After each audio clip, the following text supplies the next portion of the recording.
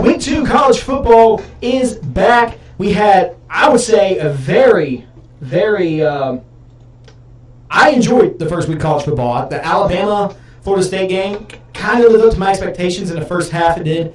And then DeAndre Francois, oh my goodness, that is a huge, huge loss for them, for the Seminoles. But Alabama looked like they were mid-season form, I believe.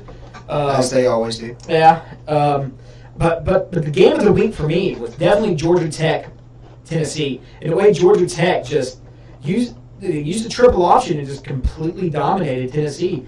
And it sucks that they lost, but you could tell that, they really got gassed towards the end. They could not finish. But I thought they won with that 2-point conversion. I thought he caught the ball, but it turns out it hit the ground. And that would have been that would have been probably play of the year if that would have converted. But Tennessee came out. They deserved it. Georgia Tech, I see them upsetting a lot of ACC teams this year. So y'all keep an eye out for Georgia Tech in the Georgia Tech Yellow Jackets. Yellow Jackets. Yeah, the Yellow Jackets. And the triple option. I've always been a fan of the triple option. If you run it right, no one can stop you. I can already know that. You can check that out with Tennessee. They ran it completely right. You're doing it right if your quarterback has 5 rushing touchdowns. So that's it right there. So, but Dylan Marsh, Busted Play Podcast, joined with, as always, my brother James Douglas Marsh.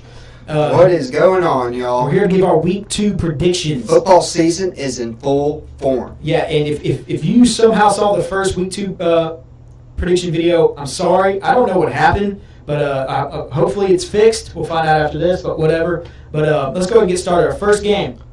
You got the Cornhuskers of Nebraska going to Eugene, Oregon to play the Oregon Ducks, and I'm picking Oregon solely on their speed. And Oregon, that's one thing Oregon's always had is speed. They've only had one really good quarterback, Marcus Mariota, and ever since he left, they're in a freaking just downhill slide. Like, what the hell happened? They're still in the post Mariota stage of coming back. But I really like them against Nebraska just because of their speed and their defense. They really have great cornerbacks. I know that for sure, especially with Louisiana native Michelle McGraw. So I'm taking the Ducks. I'm agree with you, Dylan. Royce Freeman having a really good day with 23 carries, 150 yards, and 4 touchdowns. Willie Taggart seems like he's got that offense back on the way that things used to be back when Chip Kelly was there. But the main reason why I'm picking Oregon is because Nebraska, their defense has just completely vanished from what it used to be. Giving up 36 points to an Arkansas State team. Arkansas State's a respectable program, but you shouldn't be giving up 36 points to them when you're Nebraska. So that's the main reason why I think Oregon will win this by 2 touchdowns. Okay. Well, all right, let's move on to our next one. You have Boise, the Boise State overrated Broncos going into the Washington State Cougars home field. Cougars are ranked number 20, led by Mike, always pass the ball Leach everywhere he goes. I like his style of play. I liked him. I didn't like it at Texas Tech. He actually had great talent there. And now he's turning this Washington State program around. They, what was it, like 2006, they made it to the Rose Bowl, played Oklahoma. And after that, they just fell downhill. Now, Mike Leach is in what? 2002? Okay. 2002, they made the Rose Bowl, and they just completely became the laughingstock of the FBS. And now they're back into the top 25. Last year, I think, was the year people started noticing the Cougars. And I think this year is going to be another year of where Mike Leach is going to show that Washington State, I think, is here to stay. They got a great quarterback. When I say great, I mean great quarterback in Luke Falk. When I say great, I mean great college, as I can tell. But I can see him being like a Patrick Mahomes type of quarterback in the NFL. With we don't know what he's going to be like yet, but he's got that strong arm. He's mobile. He's really smart. He's a really smart kid. Makes great decisions. Last week, 33 for 39, 311 yards, 3 touchdowns.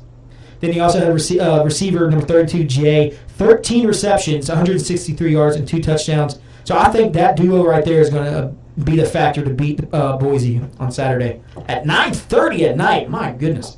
All right, well, I'm going to disagree with you, Dylan. I'm going with Boise State. They won this matchup last year, as you know.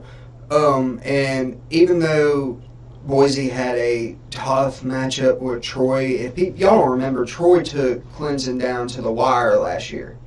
And Boise was able to come out with a win 24-13 at home against them. And I think they have an edge over Washington State having the victory last year over them. So I'm going to take the Broncos. Okay. Well, as I pull up our next game we have the Cincinnati, not the Bengals. I'm not talking about the Bengals. I'm talking about the Bearcats of the University of Cincinnati. And they're going into the Big House to face Jim Harbaugh and the Michigan Wolverines. And I full-heartedly think that Jim Harbaugh is going to win this football game. I think he'll be the reason they win. Being outcoached. Spate, they looked good against Florida in the second half. Spate looked real shaky in the first half. What was it? 2 straight pick sixes. Yeah, but if you go back and look at that, what I'm so surprised about is how well, after losing 10 starters on defense, the way Michigan's defense came out and performed against a struggling Florida offense, as we all know. But it's still, you lose 10 starters and your defense gives up 11 rushing yards and only 192 total yards. Exactly. I don't care who was suspended for Florida. Like, that is impressive to me, and I'm starting to be a little believer in them that they could possibly win the Big Ten. Exactly. Since last year, I've been a Harbaugh believer. I'm with you, Dylan. I'm definitely going Michigan. Okay. This game. There's no way Tommy Tuberville can go in there and beat Jim Harbaugh. Yeah, I keep forgetting Tuberville that's the same guy I told a fan to F off last year. That's funny. I like that guy. He makes my list of top coaches. All right, so speaking of top coaches, an excellent role model, Bobby Petrino and Louisville go into North Carolina. So you have Louisville, Lamar Jackson, and the biker himself, Bobby Petrino, going into Chapel Hill to face the Tar Heels. And one thing I noticed last week was everyone's so high on Sam Darnold. I'll talk more about Sam Darnold later on when we talk about USC. I'm not a big fan of him yet, and everyone's talking about Baker Mayfield, which I'm not too upset about. I like that. But the reigning Heisman Trophy winner, Lamar Jackson, had a hell of a game last week, and I did not hear about his game probably until Monday. It's like the first time I probably heard it. Whoa. And I listen to a lot of sports talk. So, but this is Lamar Jackson's stat line from last week, okay? I think this is a little below what Lamar Jackson did last year usually at the beginning of the year. Lamar Jackson, he was 30 for 46, 370 yards, two touchdowns with 21 carries and 170 yards rushing. And that's incredible looking at the stats, and you're like, oh, well, that's Lamar Jackson. That's what he did every game last year until the last 3. But I'm easily taking Louisville in this. I don't. If Bossier native Brandon Harris gets in, I definitely think Louisville's going to win. He's bad. I think they're still having a quarterback battle. I'm assuming. I don't know, but Brandon, listening, all of luck. Great, have fun. Great kid. Great guy. But no, I'm definitely taking Lamar Jackson. I think he's come back a better quarterback. Like last year, I dogged on him for not being a real quarterback, but I have heard and read articles that he has been practicing his throws inside the pocket, like trying not to run very much, all that good stuff. So 46 times. Exactly. And so I like that. I like seeing that. Maybe he's improving as a passer and getting more confidence in his arm and not just his legs. But yeah, I'm taking Louisville. Like you said, Don, he's trying to improve his passing. I've always thought he's a mediocre pocket passer, but I'm giving him credit. Well, you saw that against LSU, mediocre, because he had nothing to do except. Well, you saw that going through the whole year. When by the time he got to the bowl game, he only had a 52% completion percentage. Yeah, and a lot of those throws were on the run too. Yeah, but anyway, I do applaud him for trying to be more of a pocket passer. Yeah. But like you said, Dylan, I'm going with Louisville too. The only reason why is because I love what the coach from North Carolina has been doing the past couple of years, but he has just lost way too much talent. He lost Ryan Switzer. He lost Mitch Trubisky. The greatest quarterback in the NFL right now. But if it wasn't for that, I'd definitely go North Carolina. But North Carolina's just lost way too much of it. this past year. So I got to go Louisville. All right, so now our next game is the Pittsburgh Panthers, not the Steelers, the Pittsburgh Panthers, going in to face the Penn State Nittany Lion. What is a Nittany Lion? Do you know what that is? Is that like a mountain lion, I'm assuming? I don't know, but I've always liked it. I don't know. I've liked it to say. But number 4, Penn State, going into Happy Valley, 2:30 start time on ABC. So it's a big game. Last year, Pittsburgh almost beat Clemson. Beat Clemson. And they beat Penn State. Yeah, and they beat Penn State. So this is a rematch, I guess you could, of some sorts, I guess you could say. But I'm easily taking Penn State. Saquon Barkley really impressed me last week because I knew he was a good running back last year, but watching, I actually watched him. Like, I didn't watch the game. I watched Saquon Barkley, and if we went to defense, I'd change it over. But he is one heck of a running back. He really is. He reminds me of a mixture of Adrian Peterson and just like the aggressiveness, I say, of a Le'Veon Bell. Of like how patient he is, but when he hits the hole, he hits the hole, and he's not afraid to get hit. I like Saquon Barkley, and you also have Trace McSorley. I think is a great college quarterback. Someone that's not going to be remembered as much if you're not a Penn State fan. You're really not going to remember him. But I think Trace McSorley, I think he's a quarterback that could lead a team to a Final Four spot. So I'm taking Penn State. I would be very tempted to take Pittsburgh in this game if they would still have Nathan Peterman and Matt Canada. Yeah, Matt Canada. Matt Canada hired as LSU's offensive coordinator. And so that's why Penn State's going to win this game. They might win by 30. Wow. They want revenge. Oh, so that I can't go against Penn State in this one. Yeah, Penn State. A lot of people need revenge at Penn State. So, all right. So let's go ahead and someone keeps calling the offices here. I don't know what's going on. But all right. So let's move on. Jay, here's our next game. We got the number 23 ranked TCU Horned Frogs traveling to Fayetteville to take on the Arkansas Razorbacks. Oh, Jay, give me yours first because I'm going to crap all over TCU. So just go ahead. Give me yours first. I'm actually going with TCU in this game. They got Timber Stars on defense, 8 on offense. And last year, it was a very, very close matchup between these two. Oh, wow. Hold on. I was thinking Baylor. Okay, never mind. Sorry, I was thinking Baylor. Yeah, keep going. Sorry. But I think with that much return starters on defense, a lot of experience there, and Kenny Hill getting used to the offense. I'm not saying they're going to win Big 12, but I'm saying they're gonna give people fits, and I think they'll go into Fayetteville and they'll get the victory. All right, I'm taking the Razorbacks. It's in Arkansas. Been to Arkansas Stadium. Really nice stadium. Really great stadium. I'm not a big fan in Kenny Hill, sorry, but I really like the Allen brothers. Brandon Allen, the quarterback first for Arkansas. Now he has his little brother, who's a lot littler, smaller. Okay, and Austin Allen. But I really like the receiving and running back, the passing and running game of Arkansas. I'm taking Arkansas in this one. It's just a gut feeling I have.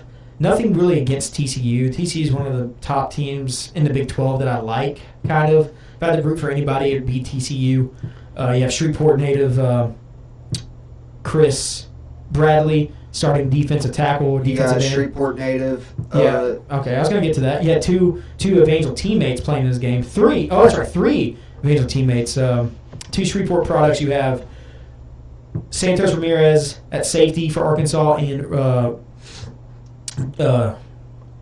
oh my gosh, Jared Cornelius. I was trying to say Julius. I don't know.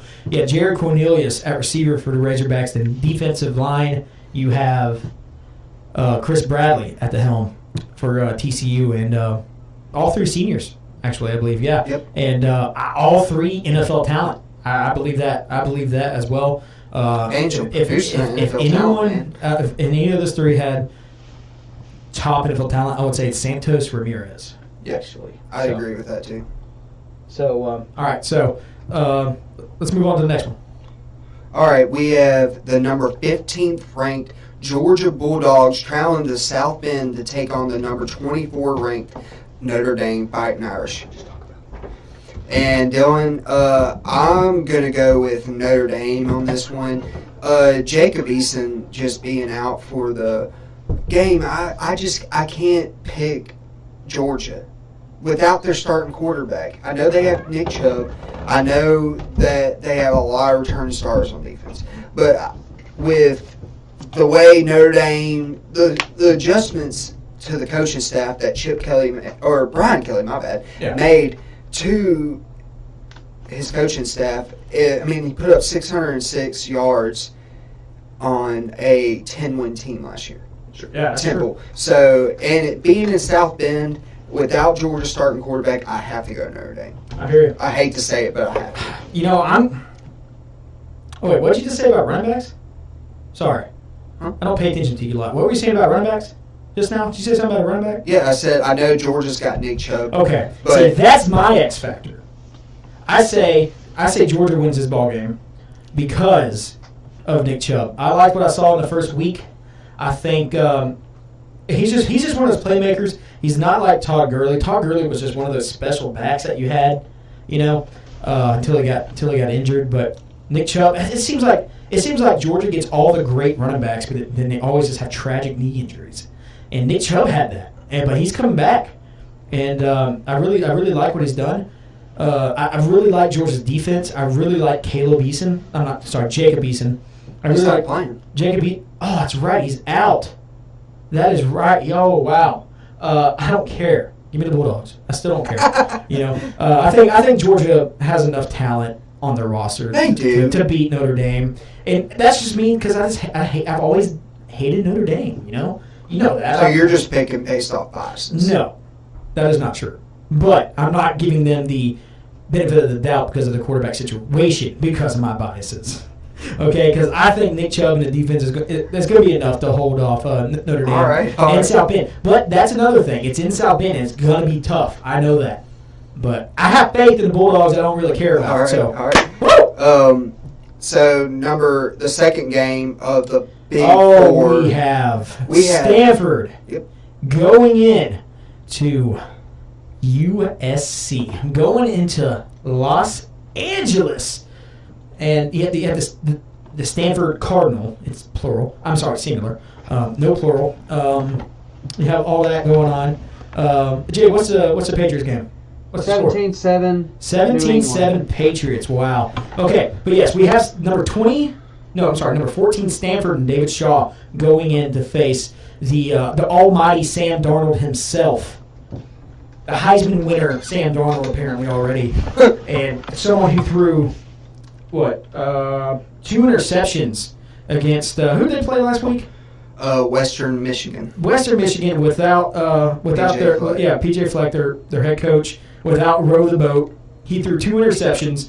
He went 23 for 33, 269 yards, 2 interceptions, no touchdowns, and apparently he's still a Heisman favorite. But hey, I don't base things off of the first week.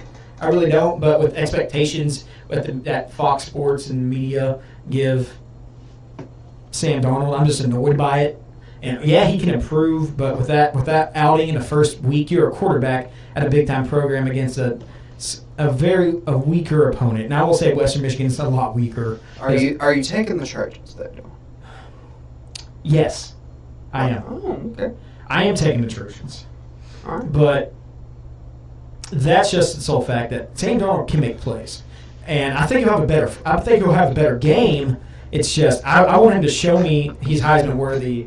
Because last year, that's great. He was Heisman worthy last year, but that was last year. So yeah. I don't see what the big deal is about him yet. I know he's a good-looking guy, plays for USC, just like Matt Leinart. Matt Leinart was great, but I don't think he was as good as everyone thought. Because he was a good-looking guy who could throw the ball and who had a running back that made him look even better, and he plays in Los Angeles. So, of course, everything's there to hold him up on a pedestal. Yeah. And I think the same thing's with Sam Darnold, but he doesn't have a Reggie Bush there. So I'm intrigued to see why he's that great. I don't see it yet. Again, I haven't really watched USC, but I'm taking the Trojans. If you are a fan of the run game, then this is the matchup this week for you. You got Bryce Love from Stanford, who had 13 carries, 180 yards, and 1 touchdown last week, or 2 weeks ago against Rice, my bad. Coming out strong, replacing Christian McCaffrey. Then you got Ronald Jones II, Ronald Jones Jr., had 18 carries, 159 yards, and 3 touchdowns for USC. So this is going to be a very great game to watch if you love teams that run the football. But as you know, I don't know if you know this, Dylan, or not. I thought you did, but preseason I picked Stanford to win the Pac-12. Same. And I'm sticking with my pick, and I think Stanford wins this ball game. I think they're more disciplined than USC. I think they're more experienced than USC. They have 8 return stars. I will say they offense have a and better defense. coach than USC. Yes, and they have when is Stanford most dangerous is the years when their quarterback returns and has a year under his belt in David Shaw's offense. Okay. And they have their starting quarterback back, so give me the Cardinal. Okay. All right, so JD picked the Cardinal. I took the Trojans for some reason. I hate myself. All right, but now, second to last game, we have a huge game coming on at 6 p.m. Central. ESPN, you have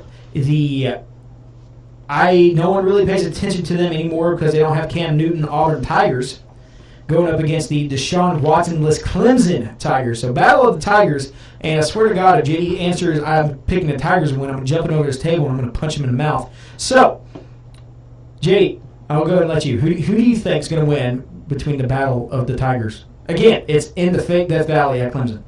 I'm going to take the Tigers that have the color orange. Oh, in them. F you, dude. No, but in all seriousness, I'm going to go with Auburn. I think they are more experienced, in my opinion, than the Clemson. Clemson might be more talented, slightly, in my opinion, but I think Auburn is more experienced. I think they have a better defense, and with more experience, I'm going to go with the Auburn Tigers. And another reason factor is I believe Clemson went last year as Deshaun Watson went, and without Deshaun Watson, you can tell me Kelly Bryant it can run better than him. He might end up being a better quarterback than him. But for this game, give me the Tigers involved. Okay. How about them Auburn Tigers? Okay, yeah, poor jokes. All right, I'm going to take the Clemson Tigers in this one. I don't believe Kelly Bryant's a better quarterback than Deshaun Watson. God, no. I'm a Texan fan, so there's bias there. But really, you have to wait another year to see if he's a better quarterback than Deshaun Watson. Deshaun Watson was incredible. I really like. I think Dabo Swinney is going to be the X factor in this game. The coaching, and people see Dabo Swinney as a motivator, which he is with his philosophies and his and the way he engages with his players. But I really see Clemson being a top tier team this year, even without any proven stars. And I think there are going to be some proven stars on this team this coming year. So I'm taking Auburn. I think later on in the year they start digressing, but I think this one they're going to shine. They're number 3 right now, which is I'm just like, oh, okay, hold on. But again, I think that's just the media bias keeping them up there. Yeah. Unless because they probably see stuff we don't. Yes, I do this for I a will living, say but one not thing. as much as they do. So I will say one thing. I think Auburn has a better defense, but Clemson's defense is very, very talented. it is. And they have. Dabo Swinney has done what A tremendous job. Yeah, but he's done what Urban Meyer did in the Big Ten. He's brought SEC speed into the ACC. And see, first it was Jimbo Fisher, and now it's Dabo Swinney. And now that's why SEC's not as well. They weren't really as better, so much better than everybody else, just because they have LSU and Alabama. But now all these other conferences are starting to get 2 or 3 great teams every year. And now people last year were like, oh, hold on, the ACC might have been the best conference last year, or the Big Ten, maybe not LSU, or I'm sorry, the SEC. So I really like the way college football is going right now. I really like the path it's going towards. And you know what I'm really excited to talk about right now? Our next game. The one, what we always say is close to our hearts.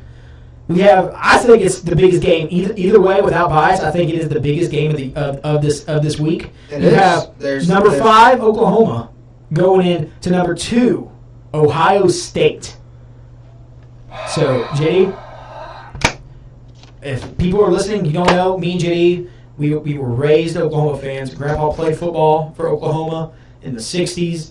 We've stuck with them through the hard times and through the great times and hard times. Definitely now, or like in these past 10 years, when we couldn't seem to win a big game. So now we're here. Big game Bob. But now we're here. Big game Bob's gone. We have Linky. Oh, baby. So, but we are going against probably once Saban's gone, the next great coach of college football. Well, he's already there in Urban Meyer. So, JD, you know what? I'll give you your own screen for this one. Tell me what you got. All right. I'm going to give you my keys to the game first. First off, Oklahoma's key. Play flawlessly on defense. And on offense, you need to get Mark Andrews involved because he's a mismatch all over the field. And Baker, just throw the ball like you did against UTEP. Make those passes that you did. Key for Ohio State, defensively.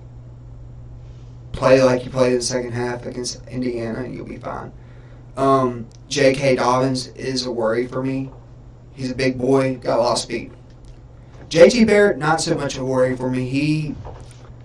For Ohio State to win this game, he's going to have to play spectacular. Oklahoma's defense, in my opinion, is very much improved from switching from that 3-4 to the 4-3. Their defense, the players that they have are a lot more comfortable in a 4-3 front. And it hurts my heart to say this, but I think Baker will tear up Ohio State's defense, but I also think that the run game of Ohio State will penetrate the defensive front and get to the second level and give us problems. And I hate to say it, but give me Ohio State winning 38-35. Oh. Okay. All right. First off, I said I'm an Oklahoma fan. Yes. But this is purely not biased. Believe me or not, it's not. It's not, okay? But I like what you have to say. Yes, get Mark Andrews involved. The best tight end in the country. No doubt. Oh, yes. Baker Mayfield, top 3 quarterback in the country. No college. If you don't, college quarterback. Hold on, Dylan. Can I say something to our fans? If you do not know who Mark Andrews is by now, go watch his film and you will see what he does to Ohio State. What did you say to our fans? We have fans? Oh, okay. People who watch the show. Oh, okay. I didn't know we had fans. Yeah. Oh, okay. Well, anyway, okay, yeah, get Mark Andrews involved. Baker Mayfield, huge plus to have on the team. 3rd best quarterback in the country. College quarterback. Let's see. Wait, what? Who's in front of him? Well, for college quarterbacks, honestly, I'm going to say number 1 is Lamar Jackson because he's just unstoppable in college. Like, once he gets in the NFL, he's not good. I'm not disagreeing with you. I'm just okay. We have that. Number 2, it could be Baker. It could not. But I'm kind of leaning towards Trace McSorley, the way that he leads that Penn State offense. Sam Darnold can be up there soon. I don't know. But anyway, Baker Mayfield. Doesn't make your list? Oh, screw me. Okay, screw Oklahoma State. Baker Mayfield needs to do what he didn't do last year in Ohio State, which is, yes, I love the energy Baker Mayfield comes out with, but he needs to settle down. Getting your team hype is great, but on the field, letting that get to your head, making bad decisions. He's admitted it, you know. He admitted that he tried to do too much. Yeah, and I think, but the thing that worries me is Oklahoma losing Samaje Perine and Joe Mixon and D.D. Westbrook. You know, I think we're okay receiving with Bidette, Lamb, not Westbrook. Rambo. Yeah, Meade, Rambo. That's it. Yeah, A.D. Miller. See, I think we're fine on that, but it's the running game that worries me. Yeah, offensive line is probably the best offensive line in the country, but with that defensive line, Ohio State, Baker Mayfield's really got to. He's got to do what he did against UTEP, which is going to be hard, which is go start off 16 for 16. And I don't know if he can do that, but what I really think is what the key factor is definitely defense. With that defensive line doing what's almost impossible, but what seems Alabama always does. to be able to excel in pass rushing and rush defense. And, I know the defensive back, that's our biggest weakness in the secondary. They have to stay on to get time to get to the quarterback. That's what worries me is just the offensive line on both teams. Really, I think that's going to be like the biggest. I think that's the two best qualities of both teams is the offensive line. But I'm going to take Oklahoma because I feel like I don't know what it is. I like underdogs, and I'm not saying I like Oklahoma as an underdog because they're Oklahoma, they're my team. But even if I didn't like Oklahoma and I heard Baker Mayfield speak the way he spoke about this game, it sounds like he's got something really to prove, and he's been that walk-on. He went on TV and basically said if you one or both of these teams are going to be playing in the national championship, so if you want to tune in for a preview, tune in. And when I heard that, I was like, whoa, okay. But I really feel like this Oklahoma team with Lincoln Riley, think about it. Bob Stoops' first year in Oklahoma, what did he do? Led them to the Independence Bowl. Yeah. And then guess what? What did he do the year right after that? We won the national championship.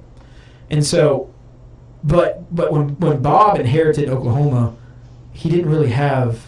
He had a sophomore in Josh Heupel, Quentin Griffin, and a freshman in Quentin Griffin. But I think this team is national championship ready. And I'm not going to jump to national championship. I think they're Ohio State ready. I'm taking Oklahoma. I'm taking the Sooners in this one. I hope you're right, man. I really hope you're right. I don't know. I just feel like this team has something to prove. You have Orlando Brown. He's probably going to be a top 10 pick in the NFL draft. First offensive lineman taken. Most likely. I like the receiving core we have.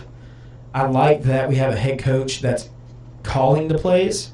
Yeah. That might be a problem down the road, but at least, I feel like, the reason I think that coaching is going to be different is because he's been here. He's been in Oklahoma, and they're used to him. So, yeah, I'm taking Oklahoma in that one. So, I think it's going to be great. I hope you're right, man. I really hope you're right. I know. So, man, that's it. That's it for week 2. That was 10 games. JD, let's remind everybody. I'm up 1 game, I believe. Right? 1 game up. Thanks to Texas A&M and Georgia Tech, I am 7-4. Dylan is 8-3. As much as I love Georgia Tech to win, I'm glad they didn't. Because Rocky Top, right? Yeah. Okay. Anyway, guys, JD, thanks for joining me as always. Hey, if you're in the Shreveport area, starting Friday night, September 8th through Saturday, September 9th, Battle on the Border. If you like high school football, heck, if you like college football, there are, I think I counted in the program, close to 20 D1 prospects. Multiple players. We have multiple players being recruited by Ohio State, Alabama, Oklahoma, Clemson, LSU. So many players. We have a 7A high school coming out of Georgia to play John Curtis. You have Bishop Dunn, a Dallas powerhouse, coming out to play Brentwood Academy out of Tennessee. You have West Monroe playing Booker T. Washington out of Tulsa, Oklahoma. You have 2 Mississippi teams.